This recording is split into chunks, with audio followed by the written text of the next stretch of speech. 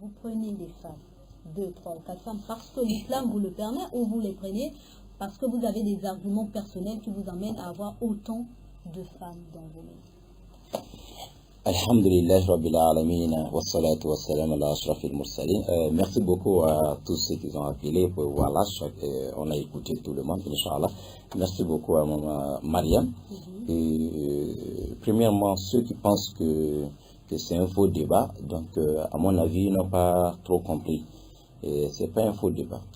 C'est très important. C'est quelque chose que nous vivons tous les jours.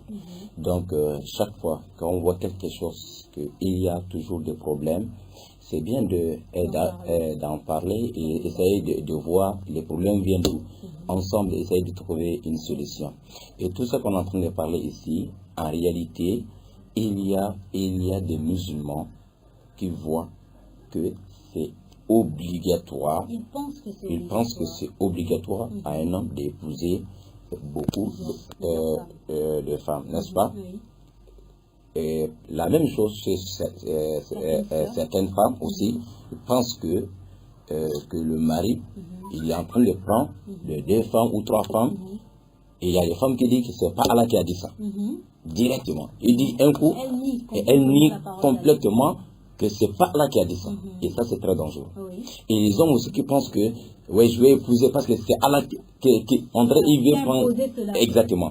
Donc, c'est un débat, ça va aider beaucoup de comprendre. La femme doit connaître, ah oui, même si c'est comme ça, oui, il y a ça. L'homme aussi doit savoir que c'est comme ça. Donc, moi, je vais parler, c'est pas en tant qu'homme, et voilà. Et c'est ce côté-là que je veux parler, Inch'Allah, qu'Allah nous facilite. Vous voyez, chaque chose que Dieu fait, il y a une sagesse qui se cache derrière tous les lois d'Allah subhanahu wa ta'ala. Quand on parle de polygamie, premièrement, au sein des savants, il y a beaucoup de thèmes qu'on peut dire, thèmes de divergence, il y a tel savant qui a dit qu'on doit faire côté de polygamie. Aucun savant n'a discuté, aucun. Tout le monde sont unanimes que c'est permis. La permission, quand on te donne la permission, tu es très de le faire ou de ne pas faire. Exactement. Voilà. Celui qui fait, il n'a pas de péché. Mais, pas dire que tout le monde sont obligés de faire. Je disais la fois dernière qu'il y a des hommes qui n'ont même pas le droit d'épouser une seule femme. Vous imaginez? Il y a des hommes que si la personne épouse une seule femme, il a des péchés. Pourquoi? Ah oui. Oui, quel genre d'homme? Parce que on parle il y a des conditions avant d'épouser une femme. Allez-y, c'est important de le dire là maintenant. D'accord. Il y a côté de la santé physique. Voilà. Il y a des hommes qui sont malades, que Dieu les a éprouvés comme ça. Naturellement, il sait bien que il ne peut pas satisfaire une femme. Mais il pense quand même. Il pense, quand tu le vois physiquement, c'est un homme. C'est un homme, mais il va épouser une femme. Au niveau du sport de chambre, ça ne répond pas. Voilà. Et dans cet homme-là, n'a pas le droit d'épouser une femme, parce que la femme qu'il va amener au foyer, alors la femme, elle va faire sa vie malheureuse, ou alors elle va pas respecter les conditions d'une femme mariée. Exactement. Elle ira dehors pour chercher et ça va pousser la femme de faire ce qu'elle ne doit pas faire dehors. Ou il y a des femmes qui ont peur, quand je vais me divorcer, je vais dire, oh, mais elle vient de se marier, parce que les gens ne peuvent pas savoir, les gens ne peuvent pas connaître exactement ce qui se passe.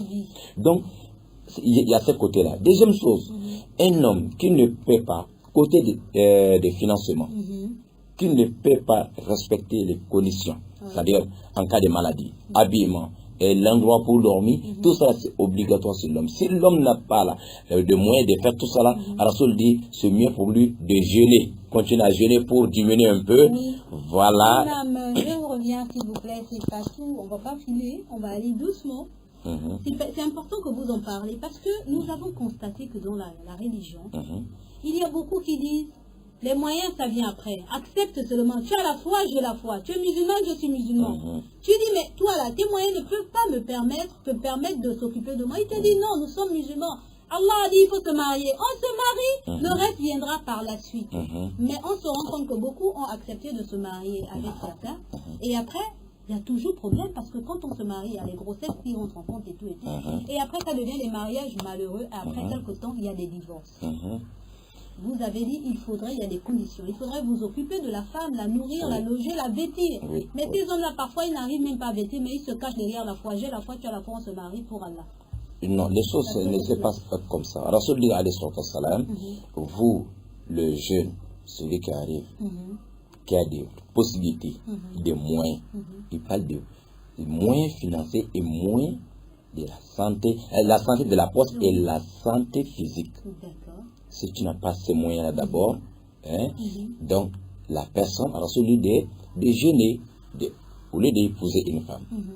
Et le moyen qu'on parle ici, pas que la personne doit être millionnaire, il y a des voitures, il y a des... Non, c'est pas ça. Moyen qui va lui permettre de garder une femme. Vous voyez. Et s'il n'y a pas ça d'abord, même le Coran nous dit toujours à ceux-là de patienter. De jeûner. Voilà. Donc, maintenant, et si on voit que c'est permis d'épouser 2 ou 3 femmes, comme je disais, il y a d'autres qui n'ont pas le droit d'épouser une femme, mais il y a d'autres qui ont le droit d'épouser une femme, mais pas 2. Peut-être moins financier qu'il a, ou bien moins, la santé physique que lui il a. Peut-être il peut satisfaire une seule femme, mais pas 2. Alors, à ce moment, lui, il n'a pas le droit de dépasser. Tout à fait. Donc, on va essayer de regarder aussi, l'islam aussi a mis les conditions, comme il y a beaucoup, ils ont dit d'être juste, la justice pour épouser 2 ou 3, 4 femmes. On a dit d'abord qu'il n'y a pas, les savants, il n'y a pas la divergence là-dessus que c'est permis, ok? Mais les conditions sont là. C'est le verset coranique, c'est pas la parole d'un savant. Les conditions, Allah dit, فَإِنْ خِفْتُمْ أَلَّا تَعْدِلُوا فَوَاحِدًا. Si tu sais que tu ne peux pas être juste, là, il dit فَوَاحِدًا, ce qui est bon pour toi. Il faut rester avec une seule femme. La justice ici... Il faut bien écouter, mes chers auditeurs. Voilà. Vous savez que vous ne pourrez pas être juste, épouser une seule. Voilà. Donc, ce qui veut dire, si l'homme a peur qu'il ne peut pas, si lui-même voit déjà que lui, il ne peut pas être juste entre 2 ou 3 femmes, donc mieux pour lui, pourquoi Allah a utilisé fawahida, il peut dire seulement wahida. Mais lorsqu'il a mis fawahida, là, c'est un danger.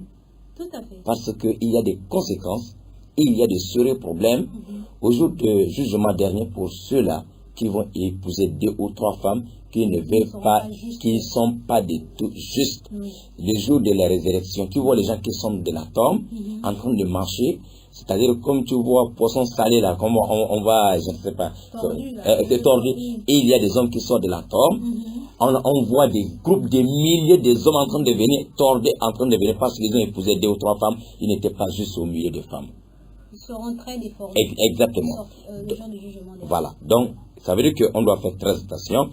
Mais, si il faut avancer, l'homme a le droit d'épouser 2 ou 3 femmes. Mais condition, on a les premiers quoi? C'est d'être juste. La justice ici, il y a aussi un problème. Il y a beaucoup pensent la justice qu'elle a dit ici, on doit aussi expliquer. D'être égal, yani, juste entre les femmes, c'est le côté de yani, les dépenses.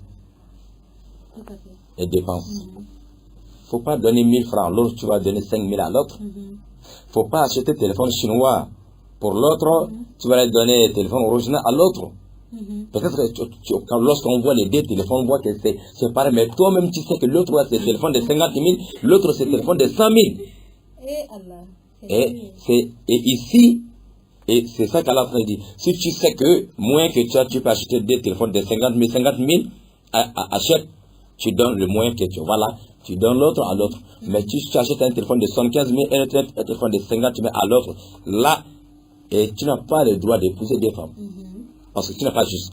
Deuxième chose, côté de, quand on parle de dépenses, il y a aussi le vêtement, habillement. Il ne faut pas acheter les tenues qui sont chères pour à une et l'autre parce que peut-être comme elle déjà, c'est une maman déjà, tu achètes n'importe quoi. Non, ce n'est pas bon.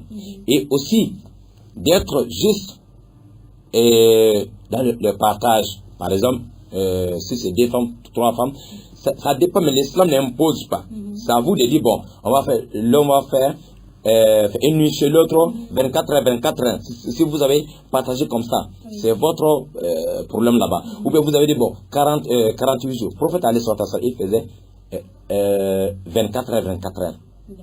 Voilà. Donc, si vous avez fait ça, mais il y a aussi un problème.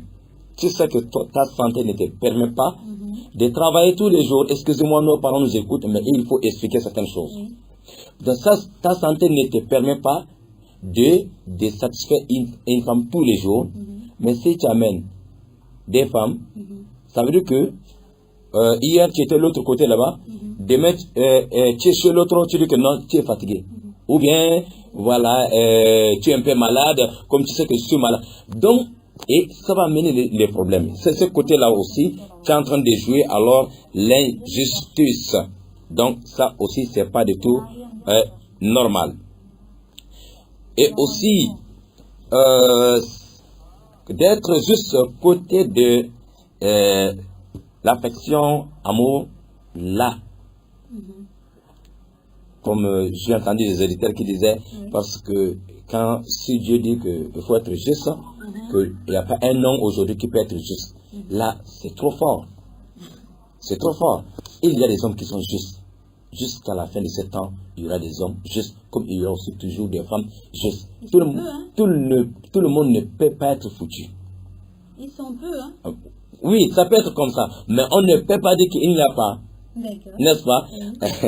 Donc, côté de l'amour, c'est-à-dire aimer l'autre, et ce côté-là, ça ne fait pas partie de la justice qu'Allah parle ici.